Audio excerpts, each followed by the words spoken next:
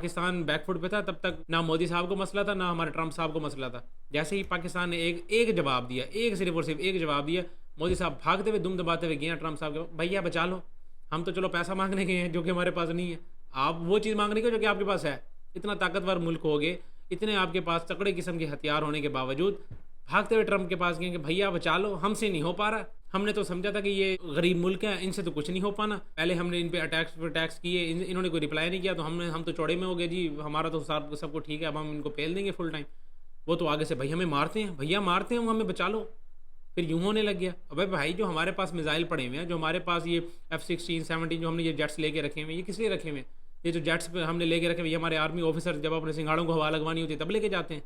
और भाई इन्हीं चीज़ों के लिए लेके जाते हैं कि जब कोई इस तरह का माहौल बने, F-16 में बैठें, F-17 थंडर में बैठें और जी इंडिया में बढ़ें सुकून से, मैं कहता हूँ अपने सिंगाड़ों को हवा लगवा के और उनकी हवा टाइट करके वापस।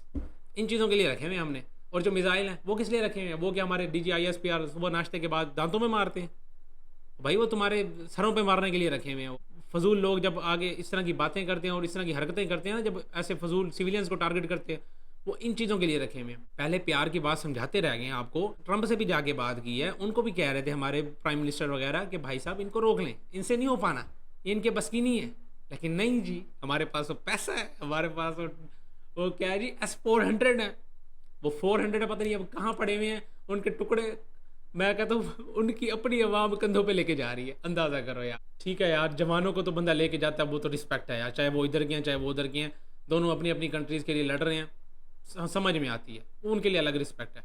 लेकिन यार वो तुम्हारा S-400 के टुकड़ों को लेके जा रहे हैं भाई साहब, जो तुमने ड्रोन फेंके पता नहीं क्या क्या, मैं कहता हूँ डूब मरने का मकाम है यार। इतने गरीब मुल्क से तुम एक तो पहले फाइट कर रहे हो, पहले तो ना वो होता पता क्या है कि जब कोई हो ना थोड़ा अपने से कमज़ोर हो, बंदा वैसे उस पर तर्स कर लेता है यार नहीं यार, इससे मेरा वास्ता नहीं बनता इसके साथ, मेरा लेवल ही नहीं है इसके साथ। पहले तो बंदा ये हो, एक तो तुम्हें वो चीज़ नहीं है, ठीक है। तो हम क्योंकि हम तो मानते हैं, हमें पता कि यार जो चीज़ है वो है, जो रियलिटी है वो हम मानते हैं, वो आपकी मीडिया की तरह नहीं है कि रियलिटी को छुपा के अपनी बड़कियाँ मारने लग गए। एक तो इस बंदे की मुझे समझ नहीं आती, जो मिश्रा साहब हैं आपके, तसल्ली से बैठ के भैंस की आंख पूरे के पूरे पाकिस्तान को आतंकिस्तान, पाकिस्तान का नाम इसने आतंकिस्तान रख दिया। अब भाई तेरा नाम हम क्या रखें मुझे बताओ? ओवर एक्टिंग की दुकान है, फुल टाइम पे बैठ के चवले मारता रहता है अपने स्टूडियो में जी, पाकिस्तान ये पाकिस्तान वो घटिया पाकिस्तान फलां फलां, जो मुंह में गंद आता है ये बंदा बकता रहता है।